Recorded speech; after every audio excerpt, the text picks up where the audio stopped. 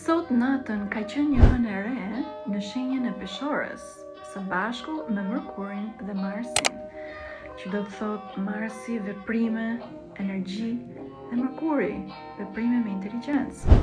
Peshorja është një shenjë e balancës, që dëshiron që të rikthej balancën në jetën tona. Kur hëna është e re, gjithashtu aty është edhe dielli, pra në peshore. Mirë po dielli është i dobësuar në peshore. Kjo natë e 20 tetorit ka qenë në fakt nata më e errët e vitit dhe për këtë arsye festohet Diwali, festa Diwalit në Indi.